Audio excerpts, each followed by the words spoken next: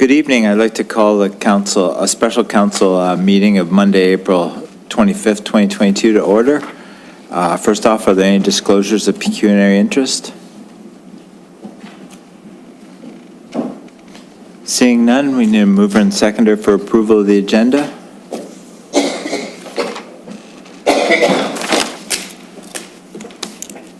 Moved by Councillor Dunstall, second Councillor Sharp.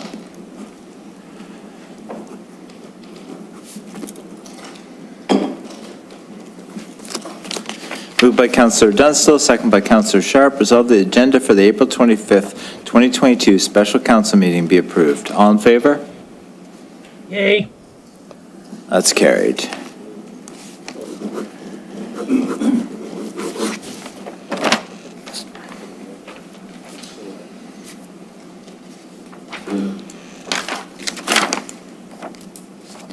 Need a mover and seconder to receive the Ombudsman's report.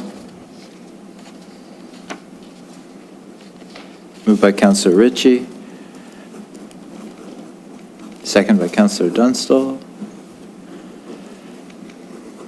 Moved by Councillor Ritchie, second by Councillor Dunstall. Resolve that the report from the Office of the Ontario Ombudsman be received. All in favor? Mayor, Councillor Bothwell, go ahead. Sorry, I was going to ask if we can separate the Ombudsman's report, please, into the two reports and deal with them under separately. All right. This is still on the table, so we can do the discussion All right. now. Yeah. But I'll split it. Okay. Any discussion from council on splitting it? Councillor Dunn. We can take discussion on the Ombudsman report, the first one. Okay. Yeah, so we can take discussion on the first part of the Ombudsman report. Councillor Dunstall. Thank you, Your Worship. So I won't be speaking on the second report till after. Thank you for the time, for the opportunity we've had to meet here tonight at this meeting, because there's a lot of information here. So what I've done is I've kind of broken it out as best I could with some of the comments our Ombudsman has made to us. And the Ombudsman has the authority to address complaints about the public sector bodies, which include the municipalities. In his report to the Council of the Town of Grimsby, J. Paul Dubé, the Ombudsman of Ontario, cites several, and I call them irregularities, in the governance of the Council for the Town of Grimsby. Number one, I note that the termination of the CAO, February 4th, 2019, the procedure at the closed session of the meeting of February 4th, 2019, the town clerk's early retirement package, the mayor's breached the code of conduct, the hiring of the external lawyer. Mr. Dubé talks about our council staff relationship policy, saying that council members do not have an administrative managerial role in the town's day-to-day business. He speaks about that several times throughout the report. A conflict of interest between a council member and a lawyer who provided advice on the CAO's termination and was again retained to provide assistance with an RFP process to obtain legal services, and may have had a personal relationship with a longtime colleague who had a personal connection to a member of council. Security breach and concerns about the conduct of an external lawyer. So here's some of the recommendations on some of these comments that I've noted. The Law Society of Ontario, under Section 14.4 of the Ombudsman Act, Mr. Dubé states that his office is precluded from reviewing the acts or omissions of legal advisors for organizations within his authority. The Law Society of Ontario is responsible for regulating and taking complaints about lawyers. And you'll find that on page 7 of the report. So I'd like that to be addressed separately. Later on, probably through a motion, but I'd like to hear what my colleagues have to say before any motions come to the floor. The Integrity Commissioner, it's a conflict of interest concerning the complaint about a conflict of interest between a member of council and two lawyers who were retained by the town, Mr. Dubé recommends that this complaint be sent to the Integrity Commissioner for review. This is the Integrity Commissioner's purview, and that is in page 6 of the report. Grimsby did not pass a confirming bylaw after the deputy's clerk appointment or in-camera termination of the CAO on February 4th closed meeting. In future, the town should review its practices to ensure that it has properly exercised its authority through bylaw unless specifically authorized to do otherwise. So we really kind of slipped up there, and you'll find that on page 5 of the report. The town should ensure that any votes taken in camera are consistent with the voting restrictions in the Municipal Act. Section 239.6 of the Act limits votes in closed session to procedural matters or direction to staff. That's also on page 6 of the report. The offer to the clerk for early retirement, Mr. Dubé states that in considering council's concern about who would have had the authority to authorize the offer to the clerk, as well as further legal work, it is well established in law that unless council has otherwise authorized specific members to undertake certain activity, individual council members have no authority to act for the municipal corporation. In such circumstances, the approval authority is exercised collectively by members of council constituting a quorum. There was no evidence that council ever approved the package. That's on page 3 of this report. No individual councillor or mayor has authority to act unilaterally, and it is not the role of council to act as the employer of individual staff members besides the CAO. These basic principles are foundational to the role of a councillor and must be taught to new councillors and enforced when necessary to ensure accountable and transparent municipal administration. While the town has taken an important first step by establishing a council staff policy and related complaint mechanism, the policy is only effective if it functions as intended to guide and correct the behavior of members of council. I'm almost finished. The policy sets out clear expectations for councillors' conduct and a specific complaint mechanism. But we found no evidence that council attempted to address its concerns through the town manager or the Integrity Commissioner. I somewhat disagree with that because we've had many complaints between councils through the Integrity Commissioner, and some residents have had complaints filed through the Integrity Commissioner on councillors. I encourage the municipality to ensure the members of council receive initial and periodic training on the council staff policy so that they are equipped to apply it in their day-to-day council work. And this training should be highlighted how councillors can access complaint mechanisms if they feel another councillor has acted inappropriately. Mr. Dubé's closing recommendation is for council to carefully consider the best practices. Yes, Councillor Vardy? Yes, Councillor.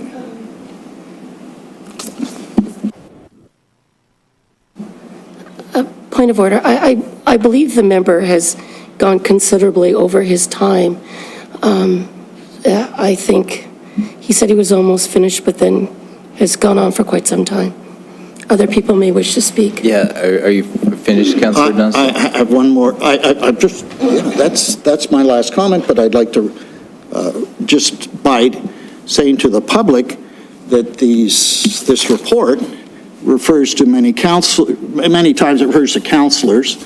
I would like to state that I am not in this report as one of those councillors, and I hope my colleagues will identify themselves accordingly as to who was and who wasn't, because I think it's the right thing to do to be open, transparent, and accountable. Thank you. Councillor Vane. Thank you. Two things. First of all, none of these things apply to me that I'm aware of. But I do have a question of procedure. Is it appropriate for yourself to be chairing the meeting when some of these things do apply to you? Should we not maybe have the deputy mayor in there? Again, it comes to transparency and whatever else. I just think to me, it doesn't feel right. It's just my opinion. So I'm just asking the question, that's all. I think that we should have the deputy mayor there. That's what I suggest. Well, I'm quite happy to get a ruling from the clerk. Go ahead, Sarah. Through you, Mr. Mayor, I mean, it is up to the member to declare any pecuniary interest. I guess if the mayor does not feel that he has a pecuniary interest, he could continue and chair the meeting. Yes, I'm totally comfortable to continue chairing the meeting.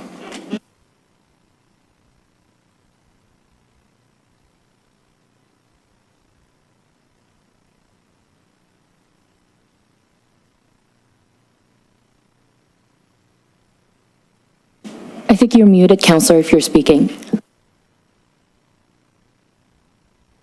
No, I'm not speaking. I've already made my point. Thank you. Councillor Vardy.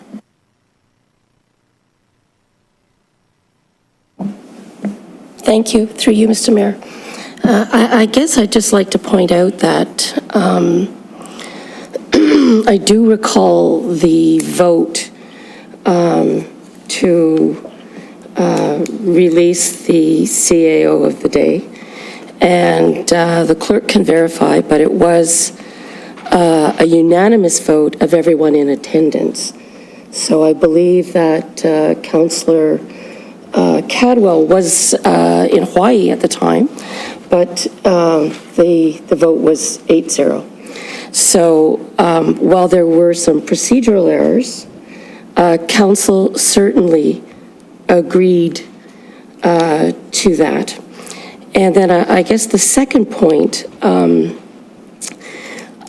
it's never been made apparent or fact that the clerk approached anyone on council, including the mayor, for a pre-retirement package. My understanding was that she approached HR, which would have been the appropriate thing to do. And in light of the fact that she was, I believe, within 6 months of retirement, it seemed a very reasonable request, particularly during times of a transition. So while Councillor Dunstall has gone on for maybe 15 minutes or so, I think what's happening here is that we're really making a mountain out of a molehill. So there were some procedural errors. There were some recommendations that we be a little more cautious on certain aspects that none of us were aware of at the time, having most of us, not all, but most of us were new in the role. So I really don't understand the motivation for this, given that this happened in 2019, very early in 2019. You know, we've since moved on. We've since hired another CAO. We've since sort of gotten our house in order. So what's the point of this? The Ombudsman did not find any criminal wrongdoing. In essence, you know, if to generalize, he said that we collectively made some mistakes in procedure. That's a far cry from, you know, some sort of malfeasance. So just like to leave it at that. Thank you. Councillor Ritchie. Thank you. Through the mayor, I think it'd be awesome if I had the ability to go to my boss and ask for a package and get, what, 5 months severance or 5 months payout, not having to come to work. And yeah, because even though I'd stated that I wanted to retire within a month. So yes, I think there's a lot of things in this Ombudsman's report. Councillor Vardy. my understanding, there is no proof that the clerk approached. I don't know who you mean by my boss. I believe you're probably inferring the mayor, but there's absolutely no proof to that statement whatsoever. So I would expect the mayor to caution the member to be a little more careful about the kinds of statements that are made unless they can be backed up. Because my understanding is that she went to Human Resources, and Human Resources felt it was a reasonable request, and Human Resources would have been the right person to go to. Mayor Jordan, point of order. If you could stop the councillors from using a point of order to correct someone while they're speaking. It's to call an order and ask for a ruling from the mayor. It's not to debate something that someone's saying. Thank you. Well, thank you for that little bit of a lesson there. But like I stated, if I had the power to go to my personal boss, I would love it. I would think that it's great. So we want to talk about a little bit of proof. Again, we'll talk about some of the information that was in my mailbox, such as, I'll read this paragraph here. As per a discussion this morning, I wanted to summarize you in the general terms of the offer from the town. The offer is to bridge your pay from a start date of your choosing until mid-June 2019. From mid-June 2019 until August 31st, 2019, you'll be on vacation using your accrued vacation credits. Your retirement will begin on the desired retirement date of September 1st, 2019. On your last pay, any outstanding and additional vacation accrued during this period will be paid to you. Bridge your pay means you will receive your full regular pay. OMERS contributions continue. Benefits, AD&D, and life insurance will continue as normal during the bridge timeframe. This is in consideration of and response to a discussion we had earlier this week in which you shared with me that you would like to move into your retirement as early as possible. In recognition of your years of service and respecting your wishes, I propose this offer to you with approval from Mayor Jordan. So according to this email, I had nothing to do with this package. This was not brought before a quorum. And if just doing some simple math,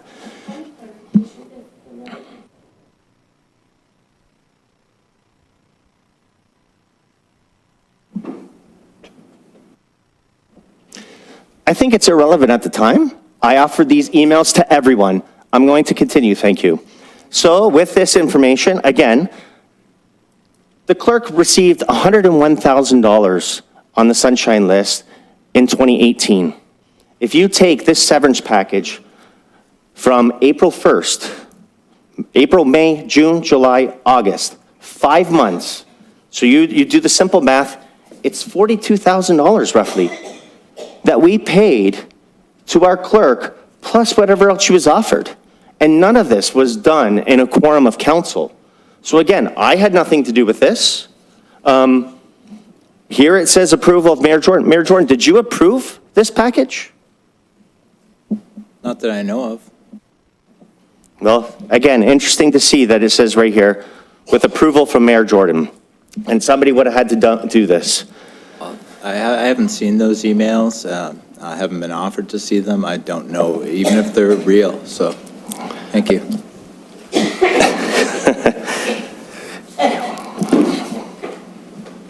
Point of order?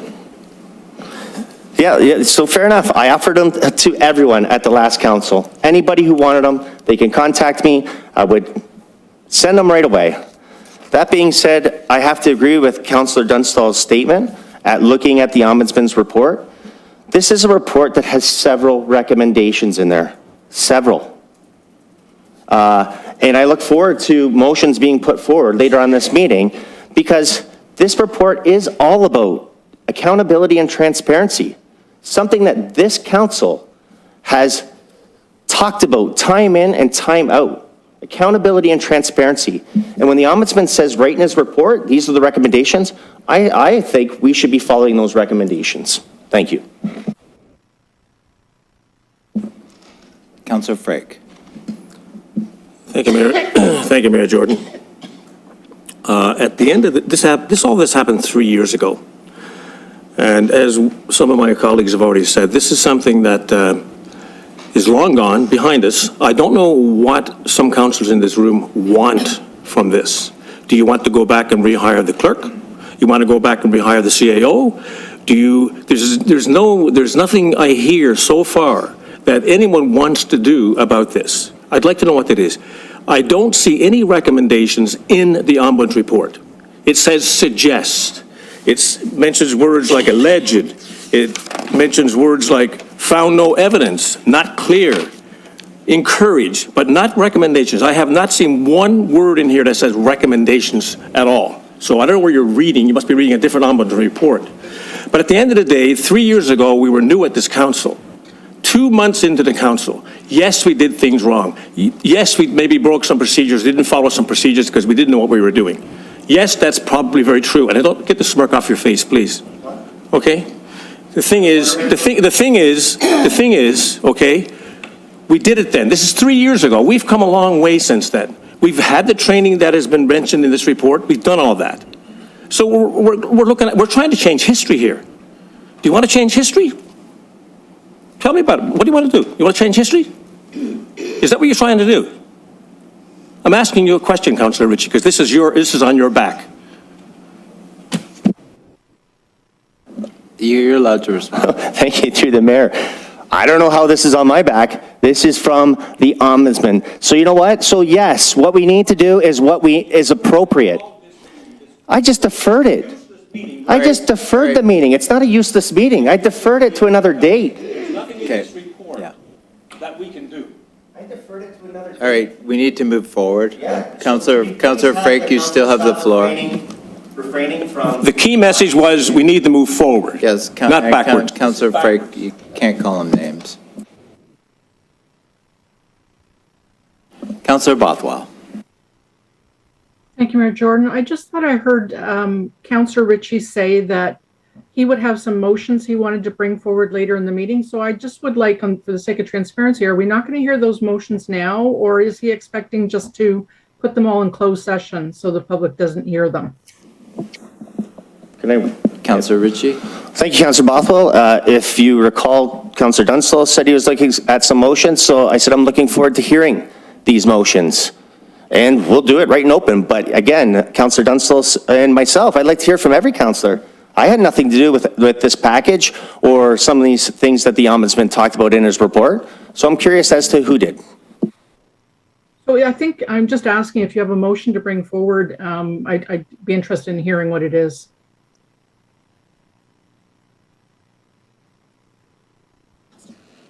Councillor Vardy. Thank you. I happen to recall the meeting where the emails that Councillor Ritchie is referring to were raised, and we had that meeting over in the Peach King Center. So unfortunately, it wasn't recorded because it was over there and not here where we have recording possibilities.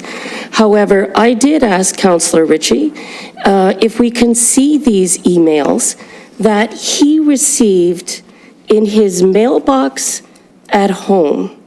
He says he doesn't know how they got there, doesn't know who put them there. But at the time, I asked if we could see them so that we'd know what he was talking about. And he said no, he wasn't willing to share them. So I guess what I'm thinking, and I thought from that day, what would an honorable person do? An honorable person would have shared those emails.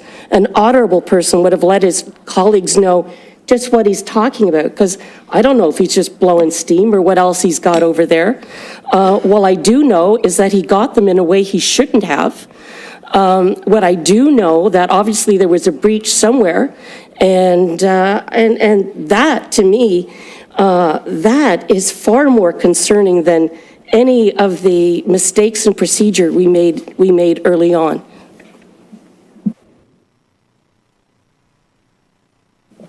I think Councillor Sharp hasn't spoken yet, so he's up. Could I respond to that comment, please? No. I'm moving to Councillor Sharp now. Thank you, Mayor Jordan.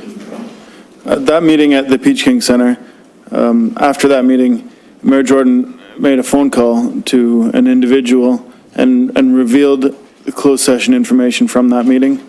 And we had the ombudsman make a report on that, and the ombudsman found that Mayor Jordan did breach the code of conduct and did reveal information from that closed session meeting.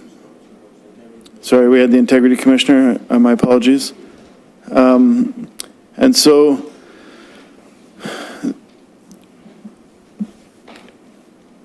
Yes, There was- his exact words were trivial and inconsequential. so anyways, that was the meeting when Mayor Jordan did release the information to an individual after that meeting. And so these emails that have been spread around, somebody delivered them to Councillor Ritchie, and in confidence, I don't know, in anonymous, they just dropped them in a mailbox. And so at the time, Councillor Ritchie didn't give the emails to anyone.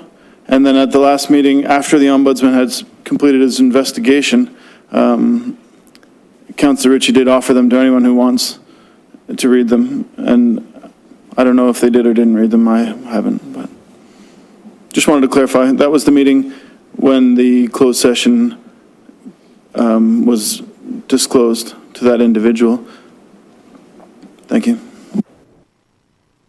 Councillor Ritchie. Thank you, through the mayor. So I'm glad you brought up those emails because, yes, we were in closed session at the time.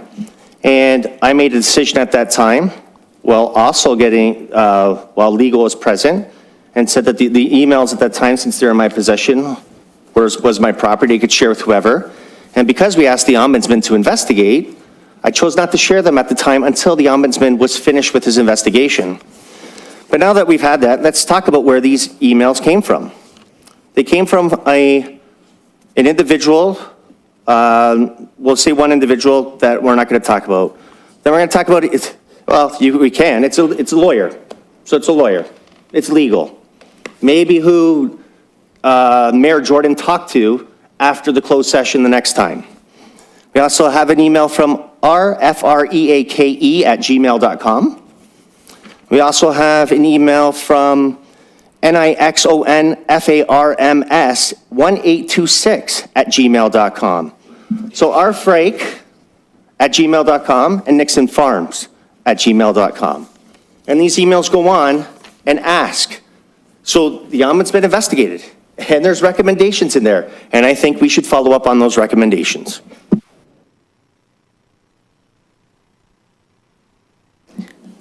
Could I please ask the clerk to make copies of those emails right now so that I can see them all? Because still, reference is being made to emails that I have never seen, and it's being insinuated that they are somehow damning and damaging. I'd like to see them for myself, so could the clerk please have copies made of those emails right now so that we can all see them and know what Mr. Ritchie is privy to that he has yet to share with anyone? Read them. For all the public to hear. Thank you, I'd like my own copy. Can we call a recess? Right? You're so willing to share. I've offered them to you before. Well, thank you. I'm quite happy.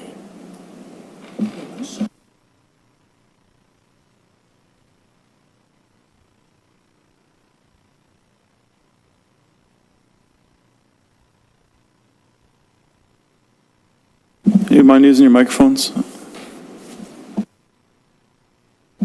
Go ahead, Sarah. Did you want to? I would need. Through you, Mr. Mayor, I would recommend recessing then to make the copies. All right, Sorry, Mr. Mayor, could we get reassurance that these are all the emails that Councillor Ritchie isn't holding anything back? Could I get a reassurance from Councillor Ritchie that he is giving us everything this time? I didn't hear anything, please. Please speak into the microphone so it can go on the record. I'll be on the record. I'm willing to share all of them. You'll have everything that I have. all right, in order to give the clerk time to copy the emails, we'll go into recess till, I think it'll be, yeah, okay, yeah. 7:45 is fine. All right, we'll be back at 7:45.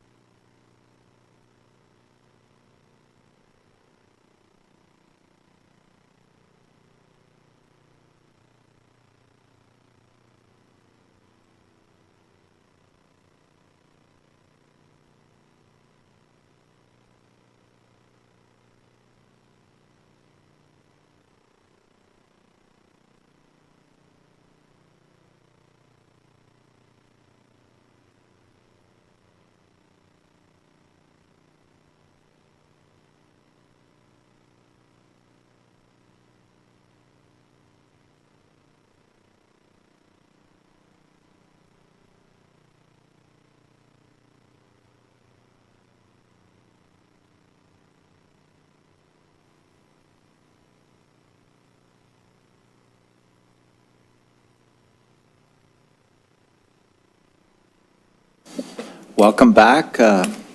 Sorry for the recess. Now where are we on the speakers list? Any further speakers? Councillor Cadwell.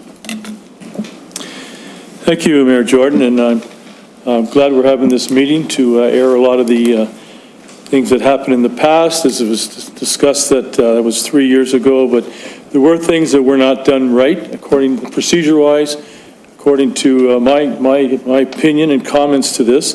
So I'm just going to read out a little bit what I wrote.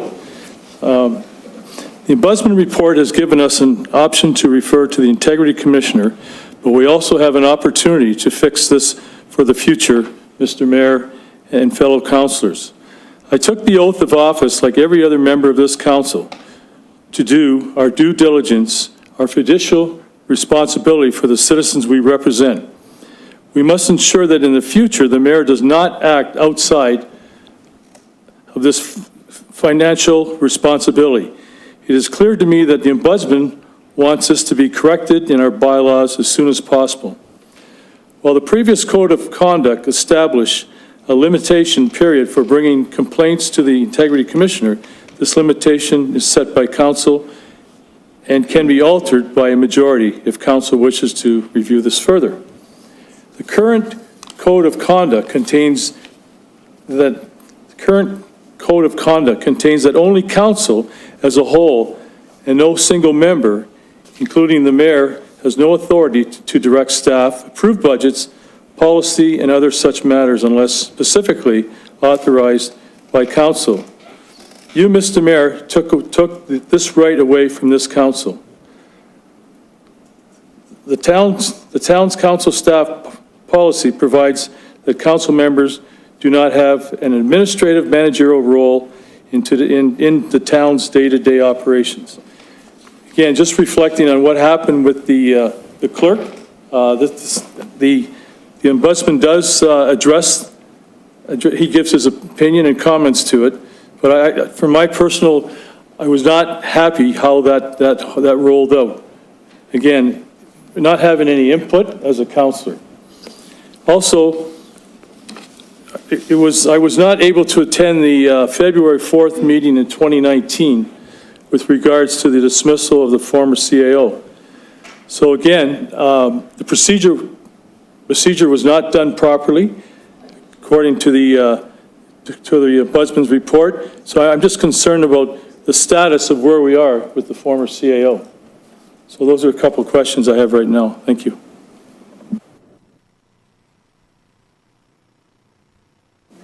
Councillor Dunstall. Thank you, Mayor Jordan, for allowing me to speak again. I just wanted to make a couple of comments further to what I'd said the first time. As I noted in I called it irregularities, it mentioned that the mayor's breach of code of conduct was in there, and I wanted to just mention that it was just there, and that's what it was. It just said exactly what the Integrity Commissioner said, but he did put it in there. So it was there for a reason. It's for us to understand that these things are not to happen. And this cross-talking we're experiencing, words like the Ombudsman did not say recommendation. No, Dunstall said recommendation of the Ombudsman. So, we're playing on words here. We're talking about honor when a councillor has, please, let me finish. When an individual councillor has evidence that he wants to pass on to the Ombudsman, it isn't something that one would share with everybody. It just doesn't make sense.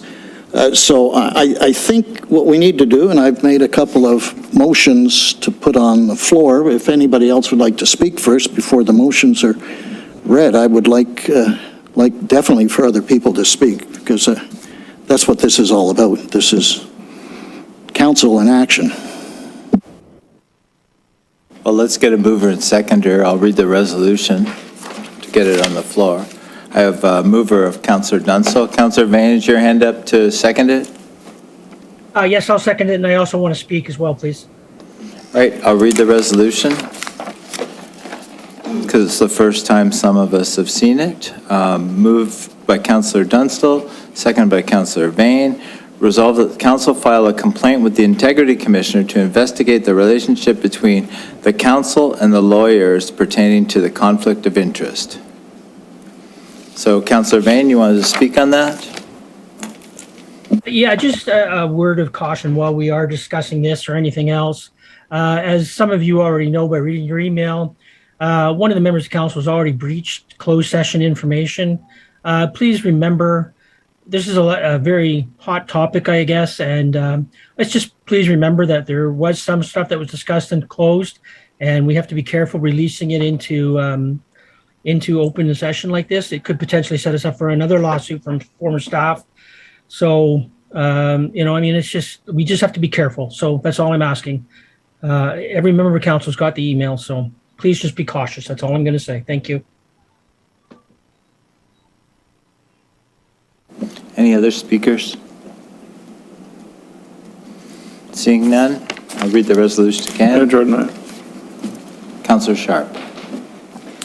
So I feel like that I'm lacking a little bit of detail in this. We are going to refer to the Integrity Commissioner a 3-year-old conflict of interest with these lawyers. And I'm not lacking of information. I'm a councillor. I know what's going on, but I'm questioning whether there is a conflict of interest.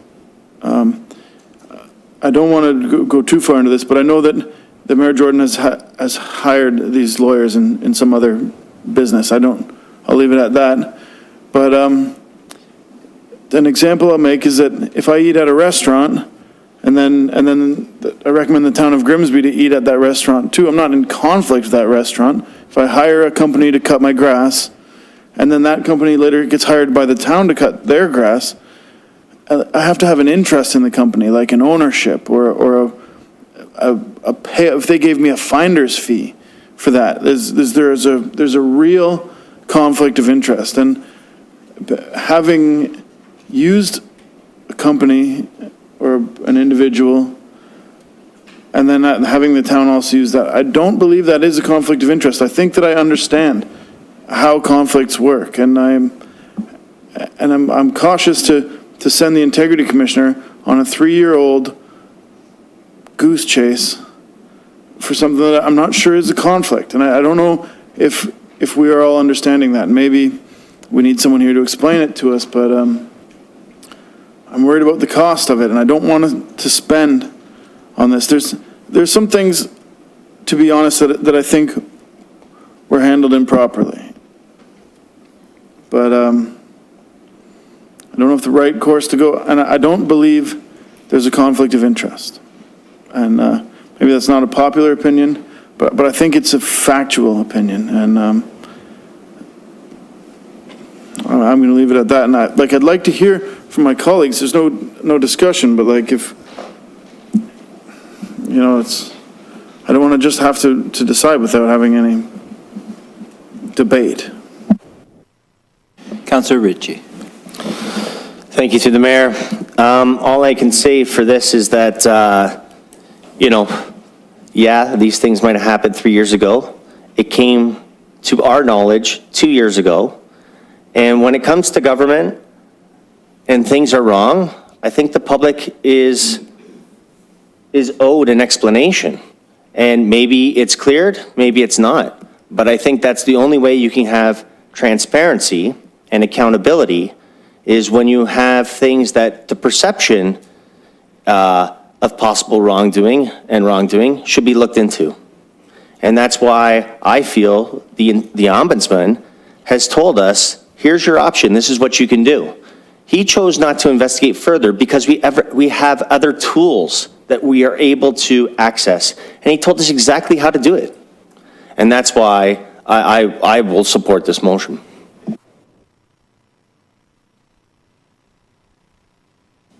Councillor Vane, is your hand still up? Did you want to speak again? No, I put it up again. Thank you. I just wanted to clarify a couple of things. I think, first of all, and again, this may not be a popular notion, but I think we owe it to the mayor to at least allow it to be investigated, because otherwise it'll hang over his head. Second of all, as far as a conflict of interest, I think you have to go beyond the cutting of lawns kind of scenario. There's a pre-existing relationship that's being alleged, and that's pretty serious in my mind. So I think at the very least, if you just want to look at the very basics, as the mayor seems to be the one that's being alleged of a lot of these things, we at least owe it to him to clear the air, one way or the other. If there's nothing wrong, as the mayor claims, he's got nothing to hide, then there's nothing to be afraid of. If there is something wrong, then we owe it to the public. I attended a seminar the other night that was taught partially by John Mascaron, and John is, for those of you that don't know, is the town lawyer, for one thing, the main town lawyer. He's also a very well-respected individual in municipal politics, period. He's written a number of articles, a number of books, so on and so forth. But anyways, the point I'm trying to get to is John was talking to people that want to potentially get into council. Had I spoken, I would have said, don't do it. It's too much work. But anyways, what he said to them, and he emphasized this one point, and that's all I'm going to say is this one point he emphasized. We have a fiduciary responsibility to put the town's interest before our own. And there's a big question here as to whether everybody's done that. So I think to clear the air, we can hide behind the expense and say it's a couple of grand and blah, blah, blah. I've seen this council spend, many hundreds of thousands of dollars to fight things that we shouldn't, in my opinion anyways. And I just think that we owe this to everybody on this council and to the town to clear the air. We don't want to go into an election or into a new council with this stuff hanging over our heads. This is not something we should be leaving for another council. This is ours. Let's clean it up and move on. So I will be supporting the motion. Thank you. Any further speakers? Seeing none, I'll read the resolution again. Moved by Councillor Dunstall, second by Councillor Vane. Resolved that Council file a complaint with the Integrity Commissioner to investigate the relationship between the Council and the lawyers pertaining to the conflict of interest. Recorded vote? Councillor Bothwell? No. Councillor Dunstall? Yes. Councillor Frake? No. Councillor Cowell? Yes. Councillor Ritchie? Yes. That was a yes. Councillor Sharp? No. Councillor Vane? Yes. Councillor Vardy? No. Mayor Jordan? Yes. That's carried.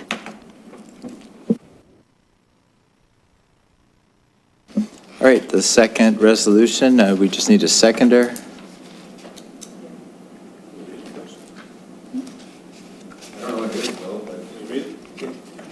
It was the one brought forward to, about the Law Society. So. We don't know what it is. All right, I'll read it first, and then we'll look for a seconder. Resolved that staff be directed to file a complaint with the Law Society of Ontario concerning the conduct of the lawyer mentioned in the Ombudsman Report. So we need a seconder. Oh, Councillor Ritchie. Speakers.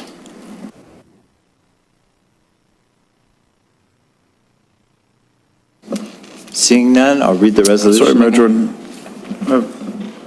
Councillor Sharp.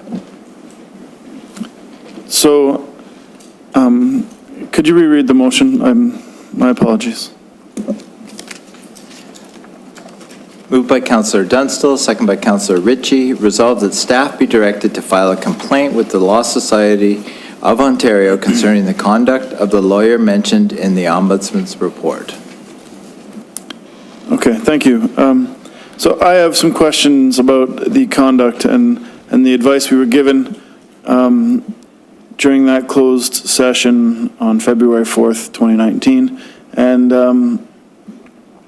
I'm not confident that we were given good advice. I'm from the Ombudsman reports, it seems like we have broken the Municipal Act. We didn't do a confirming bylaw. I question, and if you just give me someone, maybe the clerk can answer, why did we have the clerk leave the room? I mean, we were engaging in I don't know why we made our clerk leave. And we ended up terminating someone, but not the clerk. But we made the clerk leave, and so we didn't have a clerk, but we're required to have a clerk. So this lawyer brought a person who was a clerk, and that person gave us the advice that the clerk normally would, but she wasn't our clerk. And so I wonder if I could pause my time and I can ask the clerk, why did we make the clerk leave the room? Is there any reason why the clerk couldn't be in the room when we had that lawyer present? Sarah? Through you, Mr. Mayor. So I wasn't the clerk back then, but so I don't know exactly why council decided to relieve the clerk and appoint a new clerk. But I think that was a decision made by council and there was a resolution passed for that.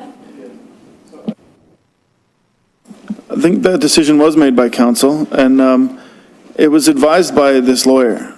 And the lawyer brought a clerk with him. Like, we didn't say, like, oh, hey, he already had a clerk here. She was sitting beside him. She said, hey, he said, when the clerk leaves, because, like, it was his direction or advice to us, and it was our direction to have the clerk leave. But on the advice of this legal counsel, and he actually had a clerk there who was, so she says, oh, we need a clerk? I am a clerk. You just have to swear me in. And then we did. We deputized her, and we made her the clerk, because the law, the Municipal Act, says that we have to have a clerk present all the time. So we deputized this woman. I didn't know her name. She was brought by this lawyer, and we deputized her, and then she acted as the clerk. And the clerk has a role to make sure we're following the Municipal Act and doing certain things when we minute. And we didn't pass a confirming bylaw, and we actually didn't technically make her the clerk. And so the resolutions, and then we didn't pass a confirming bylaw after we made some resolutions, and so we actually didn't do the things that we thought we did. And so this lawyer, I mean, we paid these guys, I don't know, $500 an hour, $700, $1,000. I don't know exactly how much we pay, but it's in the thousands of dollars, and they're professionals, and they are expected to act in a professional capacity.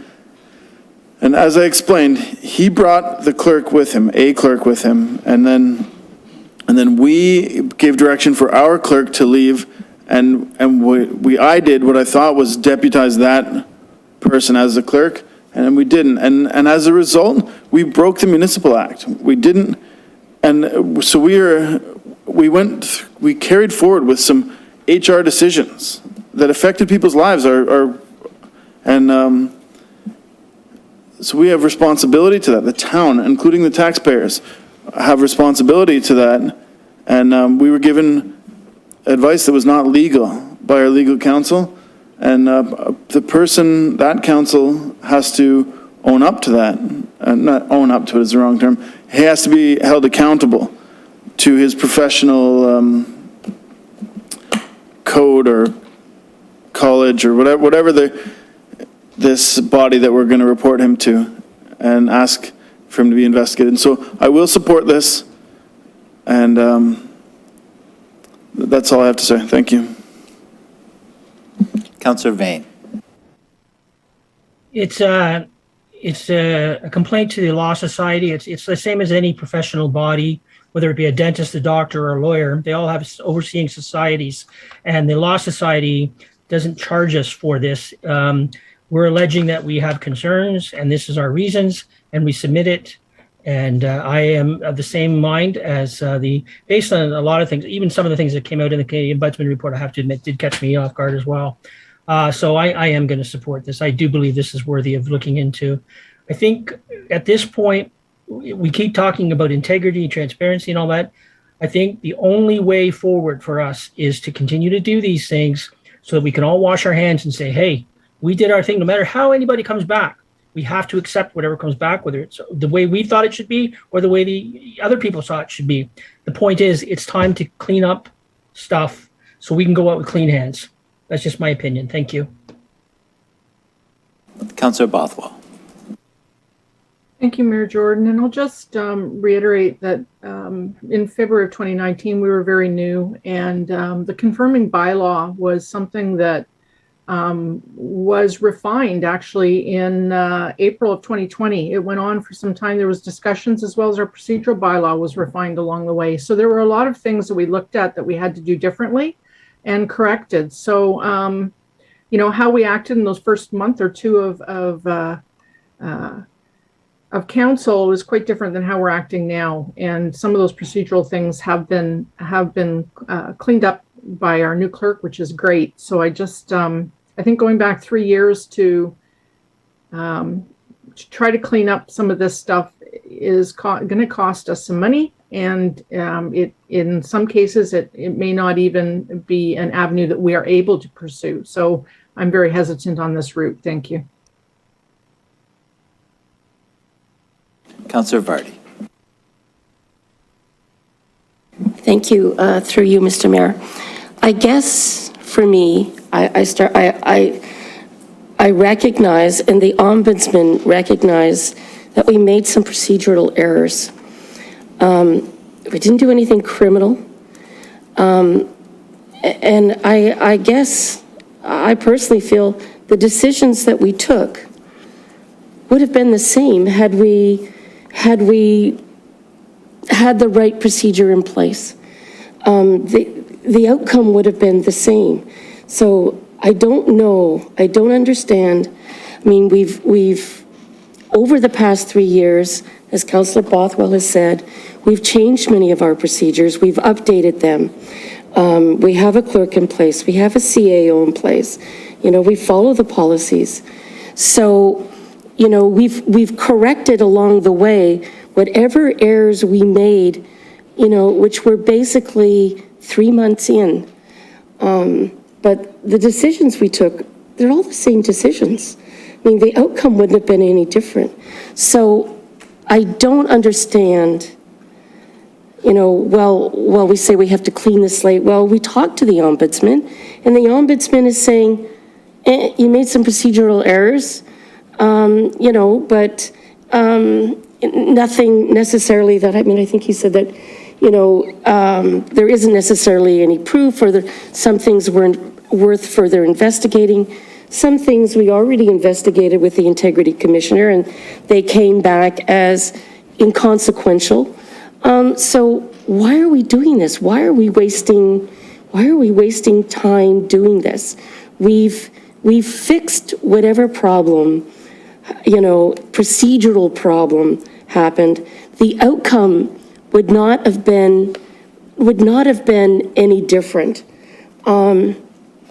So I just don't understand why this is happening, and, you know, what's the true motivation behind this? Because it really, what I'm hearing is not making sense to me. Thank you. Councillor Dunstall. Thank you, Mayor Jordan. If I might just say that I agree to disagree with Councillor Vardy, and that I don't see why we should take a report like this and try and trivialize it. Yes, some of it's 3 years old, some of it's 2 years old. It took the Ombudsman 2 years to give us the report, and so we just say, well, because it's 2 years old, we should just file the recommendations. And I honestly don't believe that we've really corrected all the mistakes that this council makes. Especially, he's reiterated on several occasions in the report that we need to really look at our council staff relationship policy. You know, and that really needs some attention. So I agree to disagree with Councillor Vardy.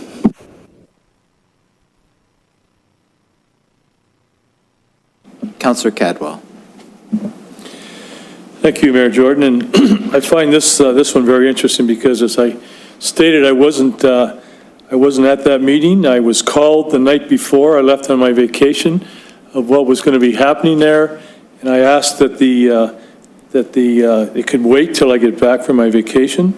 I was only gone for 2 weeks, but with regards to the outcome, to me, you're paying a professional person to give you the right advice, the best advice with regards to procedures, how a meeting is to be conducted in that.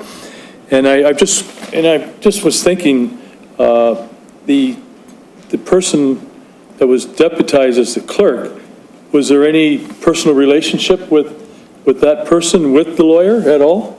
Is that not a conflict of interest there at all with regard to how the meeting was conducted? So there's a lot of, again, I wasn't there in reading the report. To me, there's a lot of red flags that happen and that need to be addressed. And I totally agree with Councillor Dunstall that, the report is a couple years old, but there was things that went on that weren't done properly. So I think it needs to be followed up. So thank you.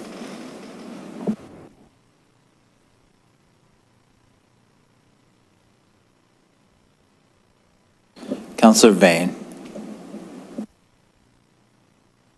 Thank you. I think Councillor Cadwell and Councillor Dunstall said some of the same things I was going to say, and that to say something happened 3 years ago is partially correct, but it was 2 years ago we asked the Ombudsman to do the report. So it was only a year in.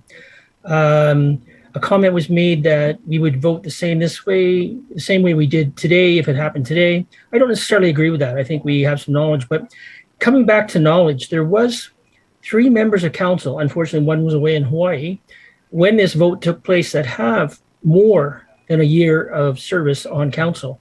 Mr. Mayor has 12 years or 16 years, I think. Councillor Cadwell has 16 or 20 years. I'm sorry if I get my numbers mixed up here. Councillor Dunstall had 4 years. So it wasn't exactly like we were all new. The lawyer has a responsibility, as do we, to give appropriate advice. If a dentist drills your teeth and does it wrong, he's going to be held accountable. If a lawyer gives advice and does it wrong, he's going to be held accountable. Was there a potential conflict with the lawyer and the clerk? Possibly, I don't know. There's too many questions here. Again, this is outside of our realm. Unless anybody's done professional investigations for a living, this is outside of our realm. And unless you are a lawyer and you can understand the legal proceedings, again, outside our realm. So again, if we don't approve this, in my mind, in my opinion, and it's only my opinion, it appears that we're trying to cover up. And anything that we have to bring out tonight, I'm going to support it to be brought out. Because as some councillors always say, let's bring it out in open session. Well, that's our job, is we are accountable to the people. We have nothing to hide, or we shouldn't have. So there's no reason we shouldn't be bringing this all out. Thank you. Councillor Bothwell, did you have your hand up? Okay. No, I'm okay, Mayor, thank you. All right. Seeing no further speakers, moved by Councillor Dunstall. Councillor Sharp. So I just want to say, and maybe I'm repeating myself, I apologize because I've been reading the report, but it says here, the resolution retained an external lawyer to provide legal advice and appointed a specific individual as deputy clerk for the closed session. When council returned from closed session, it did not pass any further resolutions or confirming bylaws. And I'll spare you what was written above that, but the Ombudsman talks about confirming bylaws are required to make the, so we'd already finished our meeting, we'd already passed the confirming bylaw, we added an item to the agenda, and then we never confirmed those bylaws that we passed, and in those bylaws, we deputized a clerk. We didn't just make bylaws.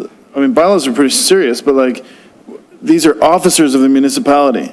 A clerk, we deputized the clerk, and we didn't do it properly, and so then we went about. Councillor Sharp, I think the clerk would just like to clarify some stuff. Sure, go ahead. All right. See you, Mr. Mayor. I just wanted to clarify, natural persons under Section 9, those are usually statutory officers. They have to be appointed by an appointment bylaw under Section 5 of the Municipal Act. So it's not just the confirming bylaw, it was really the appointment bylaw that was required for the statutory officer. So I thank the clerk for that information.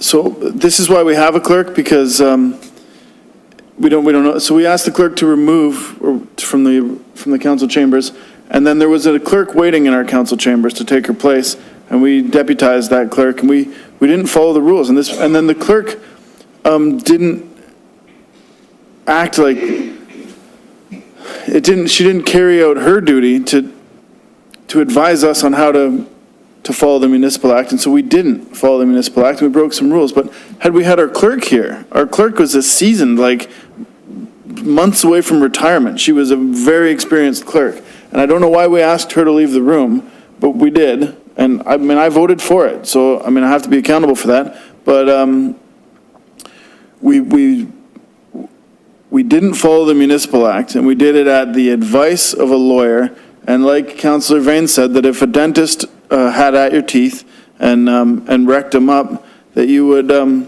take him to the board of dental surgeons or whatever, and he'd be held accountable, and he would probably pay or fix the mistake in some way. But in this case, the mistake was made. There were some HR decisions made with regards to that advice or during that advice, and we need to have this lawyer. We need our lawyers, if any of them are listening, we need them to give us good advice.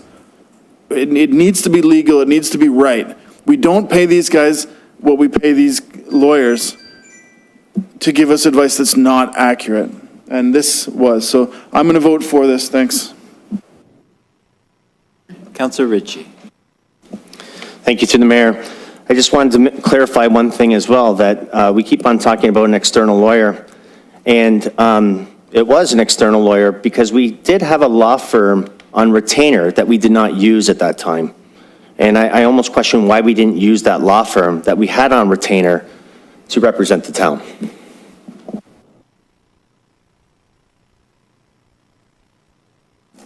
All right, seeing no further questions or comments, moved by Councillor Dunstall, second by Councillor Ritchie, resolved that staff be directed to file a complaint with the Law Society of Ontario concerning the conduct of the lawyer mentioned in the Ombudsman Report. Recorded vote? Councillor Bothwell? No. Councillor Dunstall? Yes. Councillor Frake? No. Councillor Catwell? Yes. Councillor Ritchie? Yes. Councillor Sharp? Yes. Councillor Vane? Yes. Councillor Vardy? No. Mayor Jordan? No. That's carried.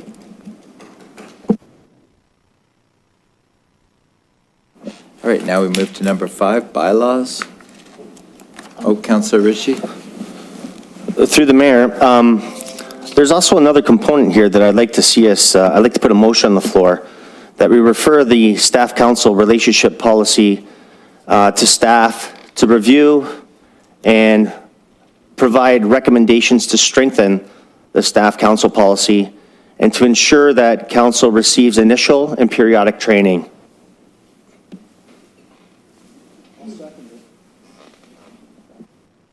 I'll second that.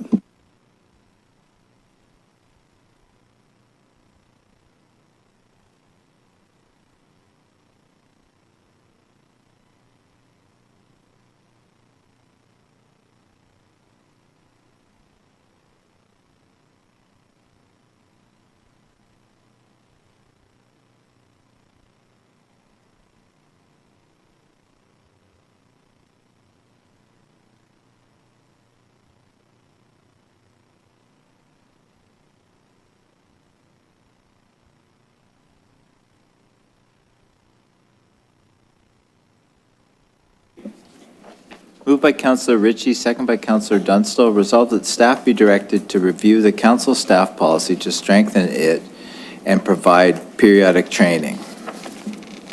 Recorded vote? Oh, Point of clarity, Mayor discussion, Jordan. sorry. Can we have initial and periodic training?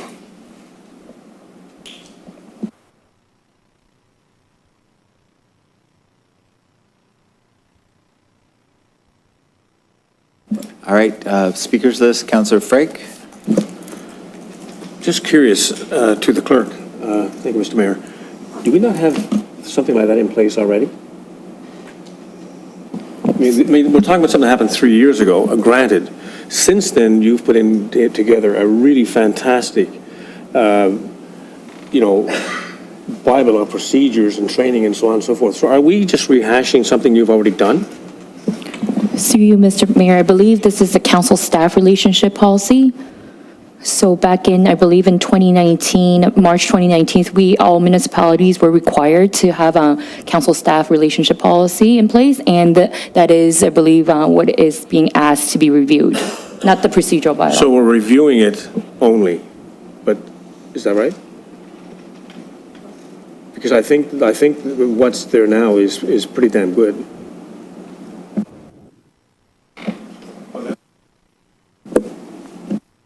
I'll vote for it. Point of clarity, Mayor Jordan? Go ahead, Councillor Ritchie. I asked for it to be reviewed and recommendations to come forward to strengthen it. Should we really have strengthened it where necessary? I think provide recommendations to strengthen it where necessary, whatever we need to do. I think that it's clear here from the Ombudsman that councilors may not know everything that's involved, and there may be some lapses in that policy. So I think that we should ask staff for a review.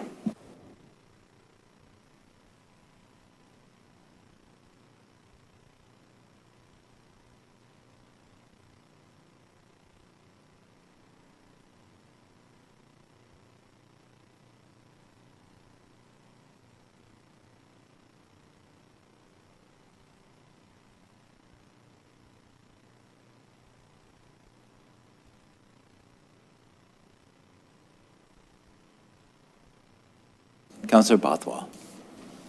Thank you, Mayor Jordan. Just two things. With respect to Councillor Ritchie's motion, I would ask if we could add, since the staff council relations policy also includes a whistleblower policy, that there be training and awareness made of the whistleblower options available to everyone, as well as the third-party reporting mechanism that we're still waiting for the CAO to come back with his report on May 2nd. So I think that if we're looking at strengthening the staff council relations policy, a component of it is a whistleblower policy, and I think that needs to be part of the training and awareness as well. So just want to make sure that's captured in his motion. And then the second part is, Mayor, I just want to make sure that we cover the second part of the Ombudsman's report following this motion, please. Thank you. Thank you, Councillor Bothwell. Point of clarity, Mayor Jordan? Yes, Councillor Ritchie. So I thought even though the whistleblower policy is there, it acts separately. So I'm wondering under the special council meeting if we're allowed to do that. I don't disagree, but I think maybe it should come at the next council. Sarah? I'm not asking, sorry, for point of clarification, I'm not asking for it to come forward. I'm asking that the motion in front of us is for staff to provide training and reinforcement of the staff council relations policy, but it incorporates the whistleblower policy. So I just want to ensure that at the time that happens, the whistleblower policy is also included in that training and awareness.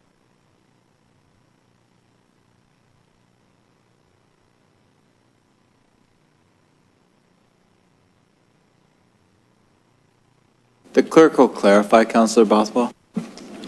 Through you, Mr. Mayor. So Councillor Bothwell, actually the whistleblower policy is more of an employee-based policy. So we will be proceeding to provide training to employees, but I'm not sure if council's typically not under that policy. I just think that it's because it's new and it hasn't been, just as Councillor Ritchie's saying, council needs a refresher on the staff council. I think it's just important maybe then at this point to also, if you need it as a separate motion, just that the whistleblower policy also be made. And it's not just employees. I believe anyone can file with the whistleblower policy. So I think council needs to be informed as well. And it's very new. So I think there needs to be some really good training and rollout on that. Thank you. Point of clarity. So I'm not saying that I disagree with Councillor Bothwell, but it's not on the special council meeting agenda. Nor is it mentioned, the whistleblower policy mentioned in the Ombudsman report.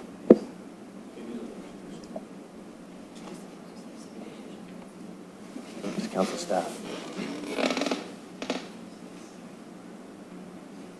Only dealing with the first one right now, though.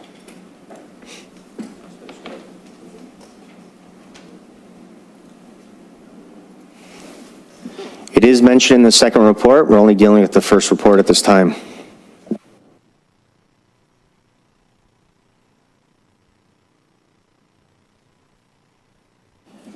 Councillor Bothwell, I think we'll entertain a second, or a separate motion for in the second part of the report. Thank you, Mayor.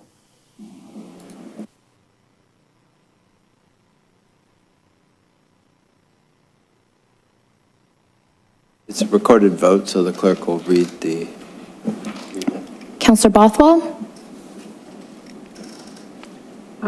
Yeah, this is the motion that Councillor Ritchie has on the floor, correct? Yes, the mayor can read it again if you want. For clarity, I'll read it again. Moved by Councillor Ritchie, second by Councillor Dunstall. Resolved that staff be directed to review the council staff policy and to provide recommendations, strengthen it, and provide initial periodic training.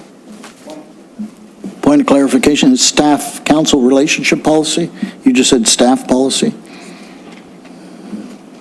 Council staff policy is what I have written here. Council staff relationship.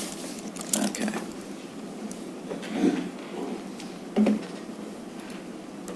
I think the actual name of the policy is the Council Staff Partnership and Relationship Policy. All right. I don't know the exact, but it's got the word partnership in it. All right, I'll read it again. Moved by Councillor Ritchie, second by Councillor Dunstall. Resolved that staff be directed to review the council staff partnership and relationship policy and to strengthen it and provide recommendations and provide initial periodic training. Recorded vote.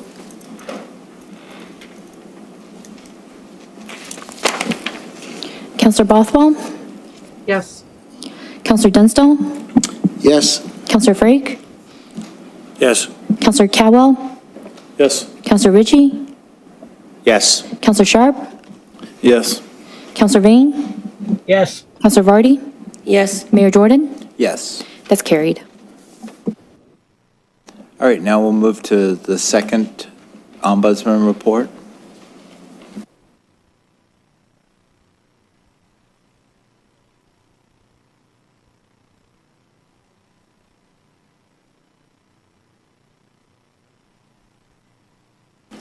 Councillor Bothwell.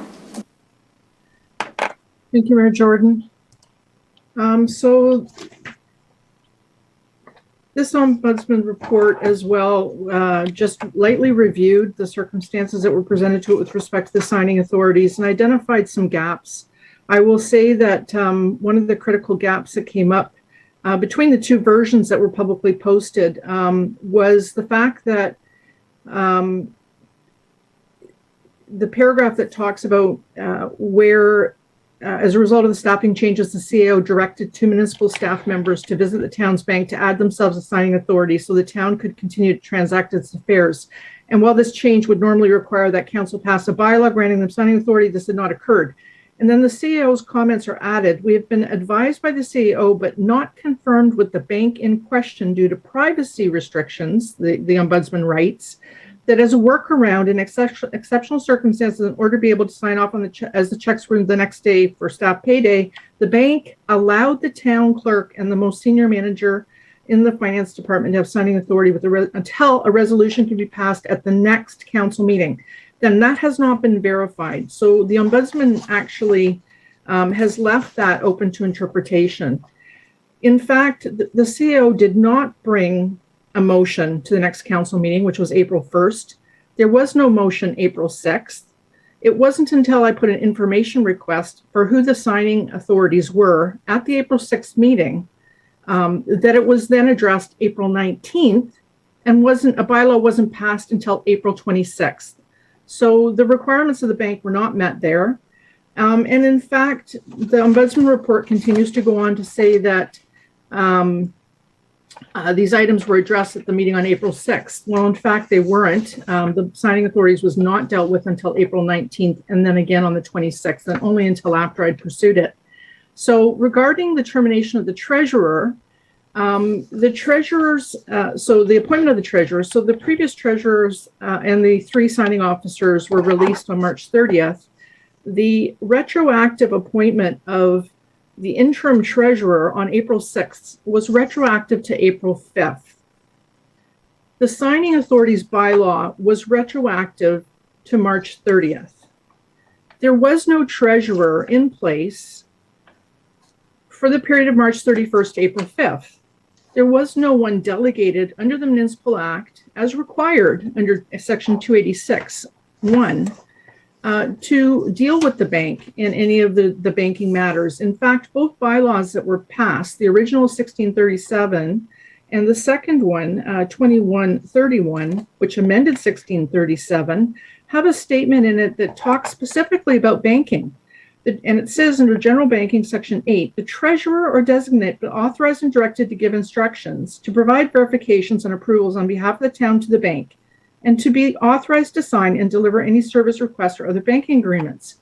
That's in both versions. There was no treasurer in place during that period to do that. There was no delegate on the signing authorities that had the authority to change those. The only one who was still a valid signing authority was the mayor. The two persons who went to the bank and signed on March 31st were the clerk and the manager of procurement. Retroactively doing the banking authorities under the legal John Maskerin's letter was fine, but it didn't encompass the fact that there was no treasurer in place. And he did not have that information in his report either, knowing that the treasurer, the bylaw for the treasurer appointment only went back to April 5th.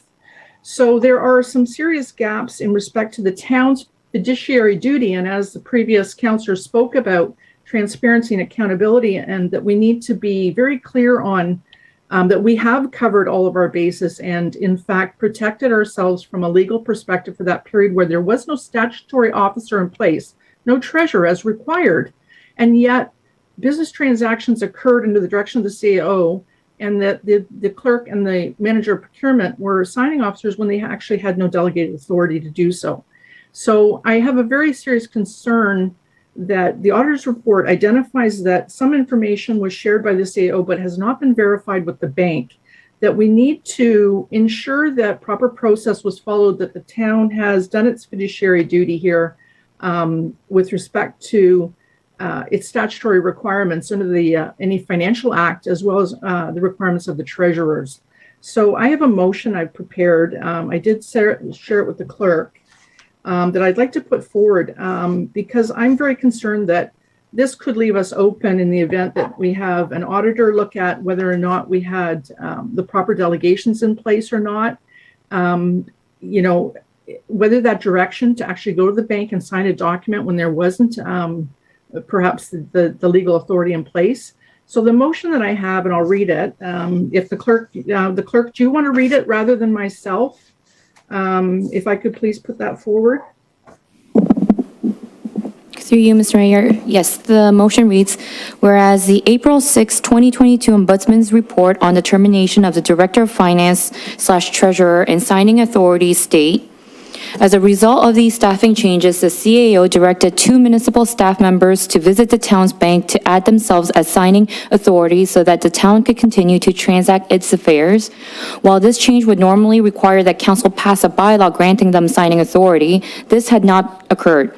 We have been advised by the CAO, but not confirmed with the bank in question due to privacy restrictions, that as a workaround in exceptional circumstances, and in order to be able to sign off on checks as the next day was staff payday, the bank allowed the town clerk and the most senior manager in the finance department to have signing authority until a resolution could be passed at the next council meeting.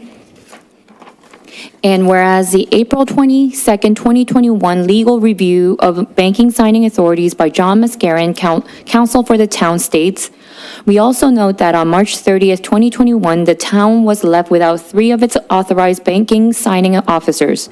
In order to transact business and to ensure that the town was not put at risk with respect to its operational banking requirements, the town clerk and the manager of procurement executed certain banking documents.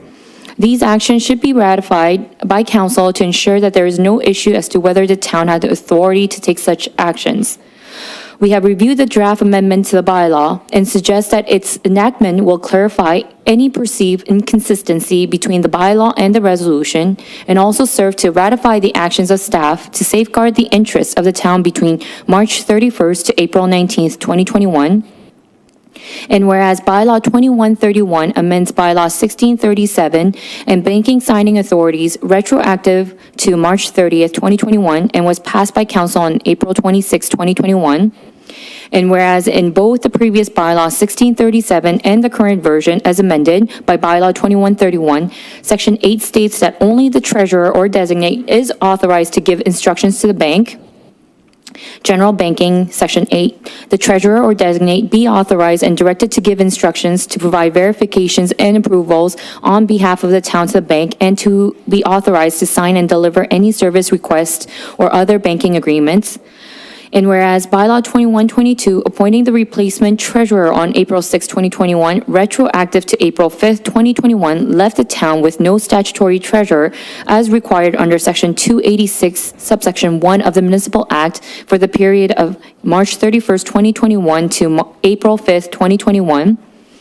And whereas without a statutory treasurer between March 31st, 2021 and April 5th, 2021, the retroactive nature of the signing authorities bylaw 2131 back to March 30th, 2021 cannot be applied and is invalid to the position of Director of Finance Treasurer or any manager in the Finance Department as designated by the Treasurer in writing due to the appointment of Treasurer not being in place for the outlined period and absent a person in that role, there could not be any subdelegation in writing. Therefore, be it resolved that the clerk be directed to provide the town's banking institution with a copy of bylaws 1637, 2122, and 2131, and have the bank verify in writing that the appropriate delegations and resolutions, both council and corporate, were in place during the period of March 31st to April 5th, 2021, as was communicated by the CAO in the Ombudsman's report, and further that, upon a determination of findings from the bank, the clerk present a report to council on the matter. Thank you, Sarah. Questions or comments from council? Can I have a seconder? So, Mayor, on that motion, please. Can I ask for a seconder? I have Councillor Vardy as seconder. Thank you. I'd like to speak to it, Mr. Mayor. Go ahead, Councillor Vane. A couple of things here. I've been speaking about transparency and openness all night long.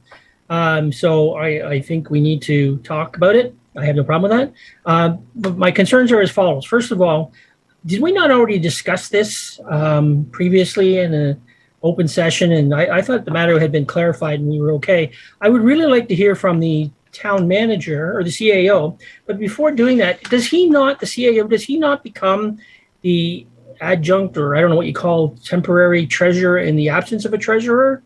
And maybe CAO can clarify that for me, but I really was under the impression we'd already dealt with this and spoken to this, so I don't know why we're rehashing it. But again, in the interest of openness and integrity and all that, I will support looking at it. So I just want to hear from the CAO, though, please. I'll have the clerk clarify it. Go ahead, Thank Sarah. Through Mr. Mayor, no, you have to appoint a treasurer, right? The CAO is not by default the treasurer. So what would we have done as far as employee paychecks? Are we supposed to keep staff that we didn't feel, for whatever reason, the CAO, let's say, for whatever reason the CAO terminated the staff, are we supposed to keep them until we appoint somebody else? Or I'm just confused at this whole thing, to be honest with you. I'm not challenging anybody here. I just want clarification. Like if we catch somebody doing something wrong, let's say hypothetically, do we keep that person on until we get somebody else to come in and shovel snow because they're the only ones that can shovel snow? I just need clarification, please. CAO? Through you, Mayor, yes, on March 31st, when we had all the moving parts, I realized that there was a payroll day on April 1st. I had to immediately take some urgent action to work with the bank and the two individuals, most senior finance person, as well as the clerk, who has a statutory obligation to the corporation to get the delegation of authority to sign those checks for payroll. I had to keep the operations moving. I do feel that we discussed this numerous times with Mel, the treasurer that's left us, and I can't recall all the discussions. I really would like council to look at the summary of the Ombudsman Report, which says, you know, there was a situation, but we acted and corrected everything retroactively, and all the bylaws have been updated. If you read the summary of the Ombudsman Report, There's no recommendations. It says that we did recover and did everything right going forward. Councillor Bothwell. I think there should be no issue then for transparency to go this route to verify with the bank. In fact, the treasurer's report to council on April the 26th, Melanie Steele's report actually talks about, after further review with legal, it was suggested the following language be used to achieve the objective. And that's where they added the language of any official holding the title of manager in the finance department that has been authorized by the treasurer in writing. And that's because 3 of them were let go at the same time. That would not normally have happened. That would have been something you'd think about and say, oh, who do I have to sign my checks the next day? And so you'd kind of make sure those ducks were in a row. This language that Melanie proposed April 26th is I guess meets the intent, which is great. And she also then goes on to say, this language puts the responsibility on the treasurer to designate an appropriate manager as required. This language would allow the treasurer to designate the manager of procurement as banking signing authority, both retroactively and into the future as required. There was no treasurer to do that, to designate the manager of procurement, and she wasn't in the position to do it. So she's very clearly, there's an obvious gap here that was not addressed. And I think it's very helpful if we get that, our fiduciary duty clarified with the bank to ensure that proper process was followed. And that's what the intent of this motion is. It's just to clarify with the bank that there is no outstanding issues with respect to that period of time. Thank you. Councillor Ritchie. Thank you, through you, Mr. Mayor. So obviously, if we went back and did something retroactively, I don't think anybody here is saying that we followed the proper procedure there. It says here, regarding the change in signing authority, council resolved to seek legal advice to determine whether signing authority could be granted retroactively. In response to that advice, which was legal, on April 26, 2021, council amended Bylaws 1637, which is the town's bylaw to appoint bank signing authorities. The amendment added the new signing officers retroactive to March 30th, 2021. So it's not the situation that, proper procedure was followed, because we know that it wasn't. Otherwise, we would not have had to pass a bylaw retroactive. And it's true. So you should have signing authorities, and you can't predict the future, what may happen. So when nobody's left, if that's the case, and I believe there is, I'll ask clarification to the clerk. Did anybody have signing authority at that time? Sarah? Just to clarify, you mean March 31st? Just the mayor and the CAO? So the position of CAO, and so the old bylaw had the position and the names written on it. So the position of CAO was there, but it was Derek Brandt at that time, and the mayor with the mayor's name, Jeff Jordan, was the only signing authority. Thank you. So again, I'm not sure who signed, but we know we did the wrong process, and that's why we did a retroactive bylaw for it, to correct it. Now, if we're doing something here to prevent it from happening in the future, I'm all on board, but we already know the answer to the motion. So, and I don't think anyone's trying to dispute that. So to look and to go and get additional clarification, what's the purpose? That's the question I have. And just for the record, I was not contacted as the only signing authority for the corporation at the time.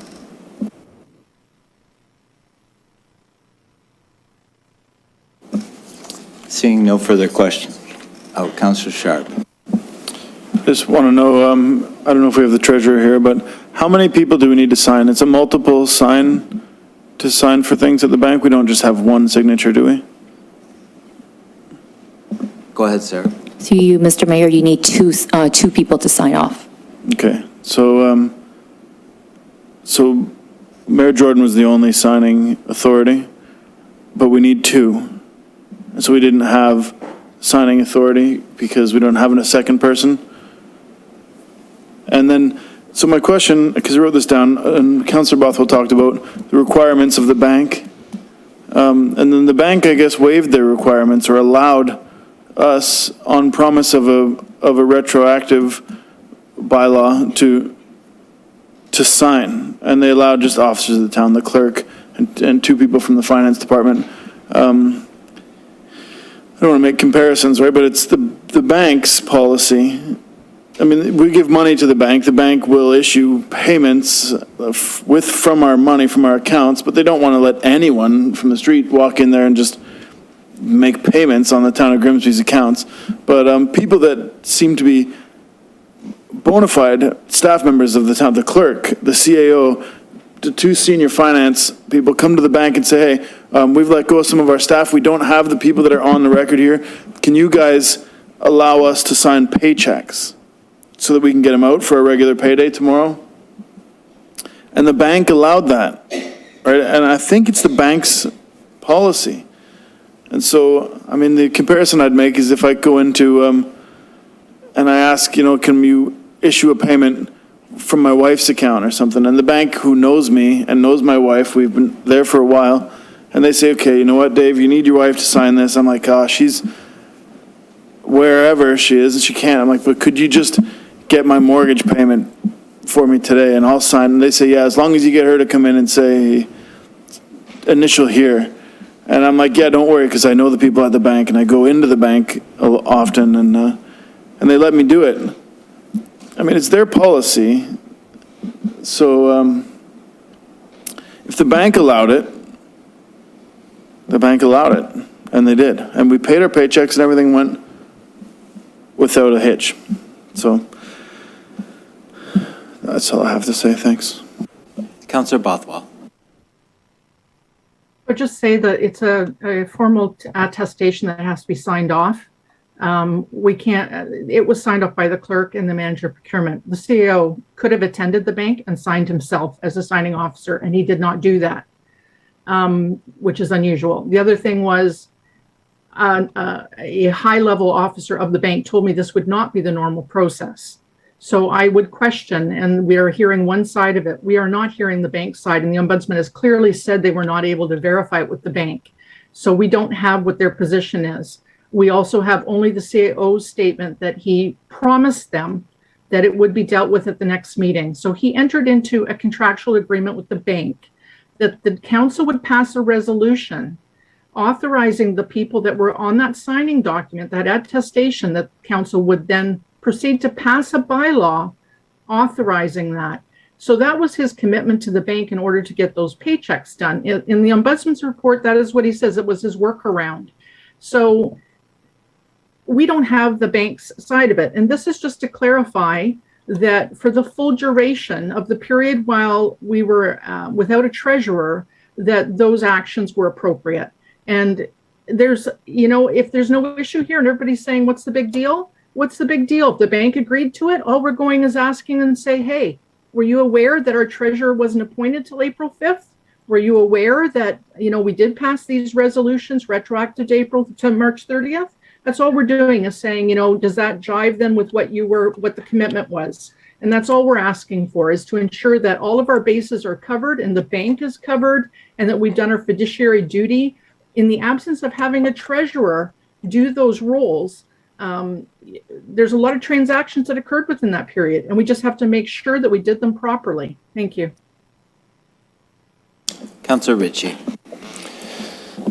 Thank you, through the mayor. So I believe we appointed on April 5th our new treasurer, and I believe our new treasurer went back and looked at the banking interactions from March 30th or 31st to the date that she was assigned, and she reported no irregularities or no problems whatsoever. So again, we have a report here stating that what we did was incorrect, that we brought in legal, talked to legal to say, how can we fix this? Legal presented an option for us, and we passed it by council. So now the only question is did the bank do what they were supposed to do? And if they didn't, are we planning to fire them? I don't really understand. We've been very transparent to the public. We've told them what happened. It happened at our council meeting, so the discussion was there. In fact, I believe on April 5th, when we went to pass the bylaw, we asked for a legal opinion. So we even went further on the issue at that time. So again, I don't see when nobody's trying to, I don't see anybody trying to cover anything up here. So just to go to the bank to say, hey, we know you had an agreement or there was an agreement to pass it the next motion. We weren't sure about it, so we sought legal counsel to do all this, but you broke your procedure. What do we do then? And when we have the last treasurer announce that there's no irregularities during that time frame, I don't understand why we're going to look at the bank to ask a question we already know. Councillor Vardy. Thank you, through you, Mr. Mayor. So my question to this council is, why is it when a procedural error is made by the mayor, it's an egregious error, and we want to file a complaint with legal, or with the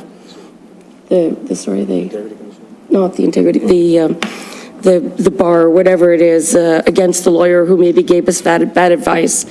Why is it it's so egregious that something that our mayor did 3 years ago,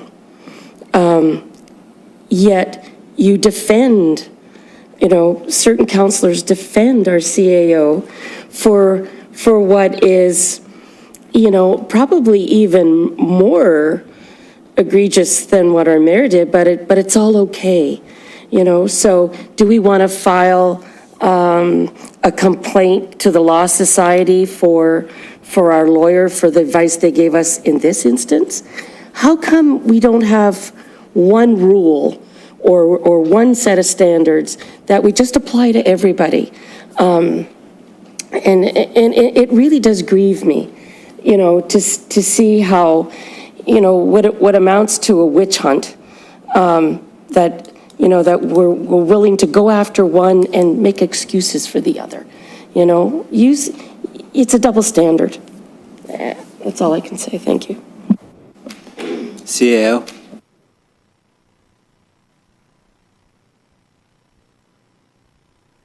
Mayor, there was a comment made by Councillor Vardy that I would hope you asked her to retract. She said more egregious. If you look at the Ombudsman report, there was no issues defined. In the last summary of the paragraph, he said we covered our basis. We had a retroactive bylaw. We had legal advice. So that comment about egregious is, could take that back, please. If I may, then I'll retract the word egregious and just say an error, a procedural error. Thank you.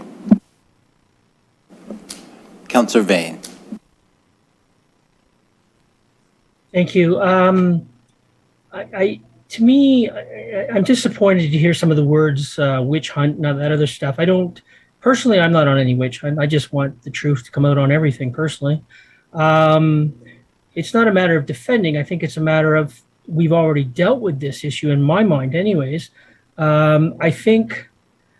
mean, a lot of us have been in different business positions. And I mean, are you not going to pay your employees? What are you going to do? So, I mean, actually, to be honest with you, I'm going to offer kudos for dealing with a difficult situation in the heat of the moment.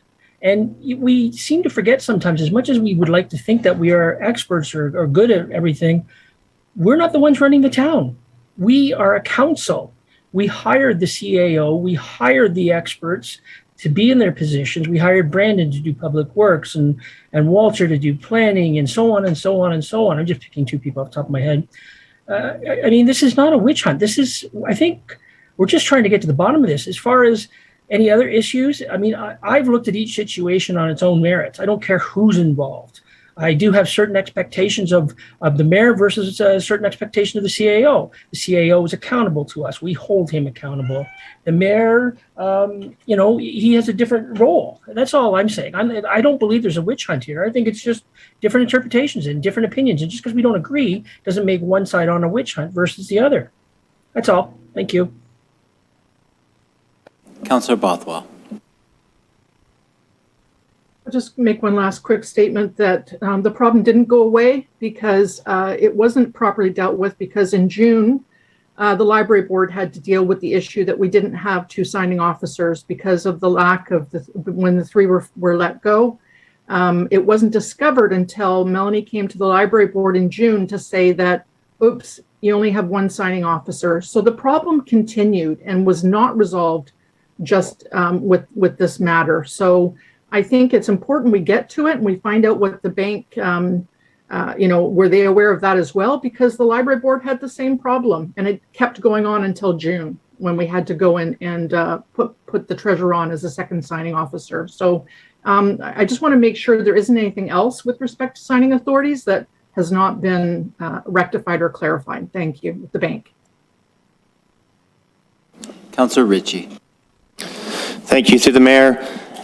And if that was the situation, then I would expect the motion to be more along the lines that we have staff review all departments and who the signing authorities are to make sure they're accurate. That's what I would think would be more. You guys defeated that many times when I asked. You didn't. I've never seen that motion once. Never seen that motion once. You know what? Excuse me. The signing I'm speaking. Came back. They came back. Excuse me. April 19th. I'm speaking. What is the signing authorities? Mayor Jordan? Yes, I believe that was defeated by council. Which was? The motion that. Can we have a point of clarity on that? Talking to. You want to look it up?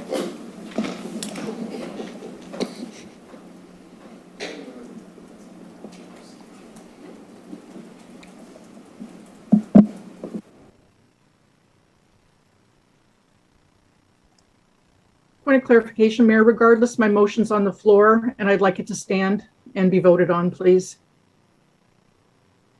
All right, we'll continue with the speakers list. Councillor Cadwell is next. Could you read the motion? I'll read it when it's after discussions have gone. Go ahead, Councillor Cadwell. Thank you, Mayor Jordan. And from reading the Ombudsman's report and how we dealt with this in the past, I do have confidence that everything was done accordingly, even though there were some challenges to it. And so I think to revisit it, I'm confident that the results will come out in a positive manner. Thank you.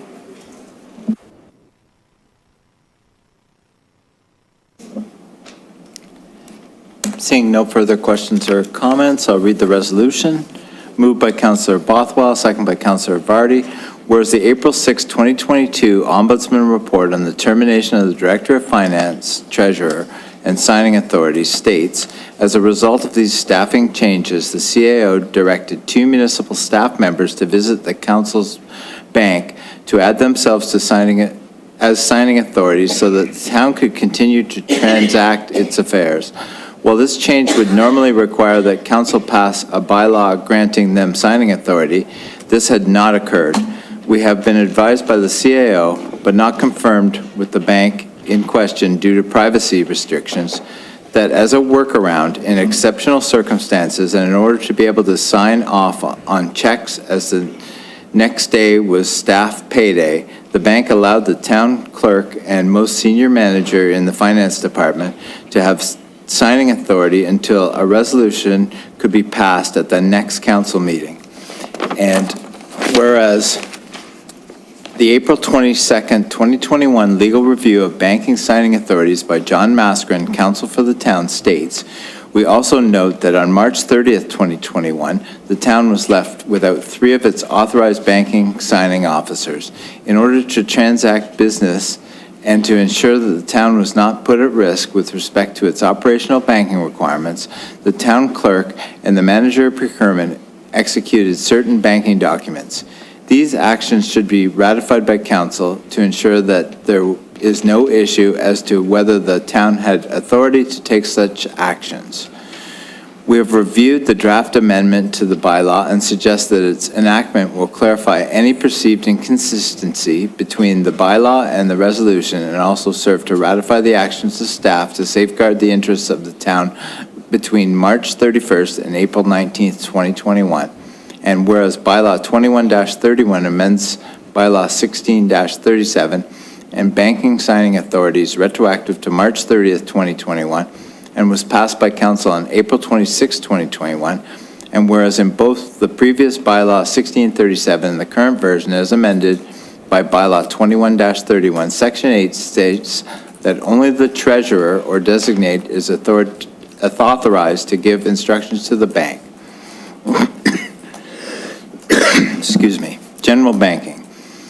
The treasurer or designate be authorized and directed to give instructions to provide verifications and approvals on behalf of the town to the bank, and to be authorized to sign and deliver any service requests or other banking agreements. And whereas Bylaw 21-22, appointing the replacement treasurer on April 6, 2021, retroactive to April 5, 2021, left the town with no statutory treasurer as required under Section 286(1) of the Municipal Act, 2001, for the period of March 31st, 2021 to April 5th, 2021, and whereas without a statutory treasurer between March 31st, 2021 and April 5th, 2021, the retroactive nature of the signing authorities Bylaw 21-31 back to March 30th, 2021 cannot be applied and is invalid to the position of Director of Finance/Treasurer or any manager in the Finance Department as designated by the Treasurer in writing, due to the appointment of treasurer not being in place for the outlined period, and absent a person in that role, there could not be any subdelegation in writing. Therefore, be it resolved that the clerk be directed to provide the town's banking institution with a copy of Bylaws 16-37, 21-22, and 21-31, and have the bank verify in writing that the appropriate delegations and resolutions, both council and corporate, were in place during the period of March 31st to April 5th, 2021, as was communicated by the CIO in the Ombudsman's Report, and further that upon determination of findings from the bank, the clerk present a report to council on the matter. Recorded vote. Councillor Bothwell? Yes. Councillor Dunstall? No. Councillor Frake? Yes. Councillor Cadwell? Yes. Councillor Ritchie? No. Councillor Sharp? Yes. Councillor Vane? In the sake of transparency, yes. Councillor Vardy? Yes. Mayor Jordan? Yes. That's carried.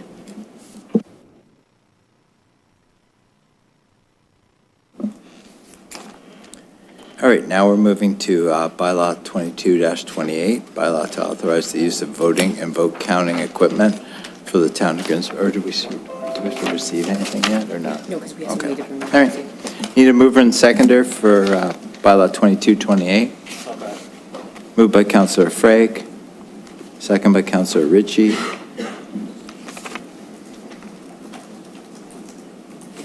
Moved by Councillor Frake, second by Councillor Ritchie. Resolved that leave be given to introduce Bylaw 22-28 and that same be read a first time. All in favor? That's carried.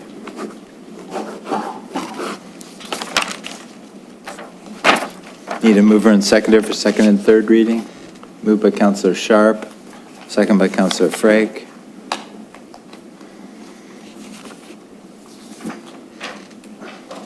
Moved by Councillor Sharp, second by Councillor Frake.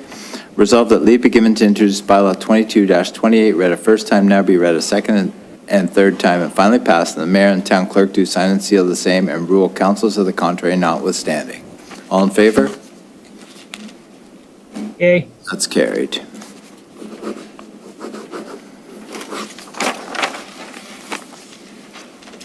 All right, that's the open portion. Now we're moving to closed. I'll read the electronic participation. Oh, yeah, sorry. Our next meeting at council is scheduled on May 2nd, 2022, following committee of the whole. I'll read the electronic participation before we move into closed. Good evening, members of council. Before we begin the closed session, all members are reminded that any discussions in closed are to remain confidential as per our procedural bylaw and our code of conduct for the Council of the Town of Grimsby. Before we begin, I need each member that is attending electronically to confirm the following: that you understand that matters are to remain confidential, confirm that no one else is present with you, confirm that no one else can hear this closed session, confirm that you are not using any electronic devices other than your tablet or computer for the purpose of this video conferencing only, and confirm that you're not recording this portion of the meeting. If you acknowledge all the above, please reply with "I understand" and confirm to all the statements. Councillor Bothwell? I understand and confirmed all the statements. Councillor Vane? I understand and confirmed all the statements. All right, we need a mover and seconder to move into closed. I'll move. Moved by Councillor Vane, second by Councillor Vardy. Moved by Councillor Vane, second by Councillor Vardy. Resolved that council meet in closed session under Section 2392B, personal matters about an identifiable individual, including municipal or local board employees, and Section 2392E, litigation or potential litigation, including matters before administrative tribunals affecting a municipality or local board, specifically regarding personal matters arising from the Office of the Ontario Ombudsman Report and legal update. All in favor to go into closed? Yay. All right, we're now into closed.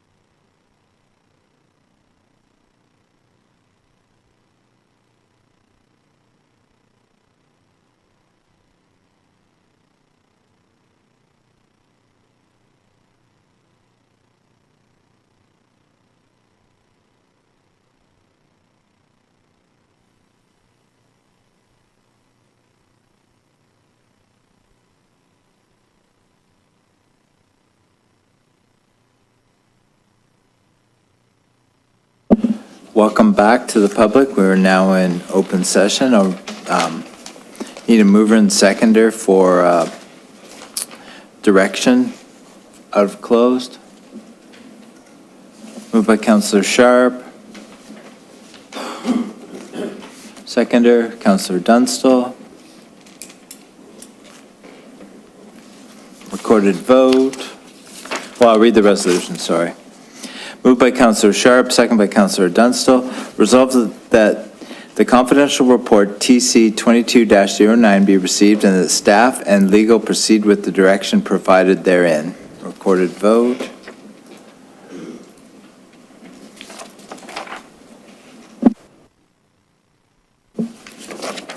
Counselor Bothwell? No. Counselor Dunstall? Yes. Counselor Frake? No. Counselor Cadwell? Yes. Counselor Ritchie? Yes. Counselor Sharp? Counselor Vane? Yes. Counselor Vardy? No. Mayor Jordan? No. That's carried.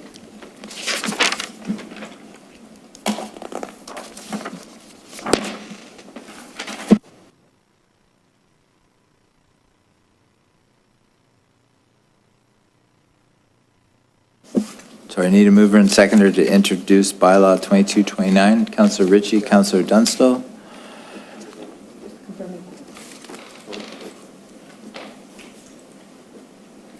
Moved by Councillor Ritchie, second by Councillor Dunstall. Resolved that leave be given to introduce bylaw 22-29 and that same be read a first time. All in favor?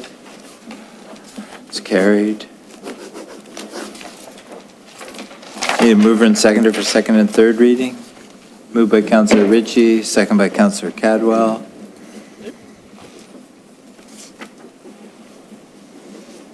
Moved by Councillor Ritchie, second by Councillor Cadwell. Resolved that leave be given to introduce bylaw 22-29, read a first time, now be read a second and third time, finally passed, and the mayor and town clerk to sign and seal the same, and rule council to the contrary notwithstanding. All in favor? Yay. Carried.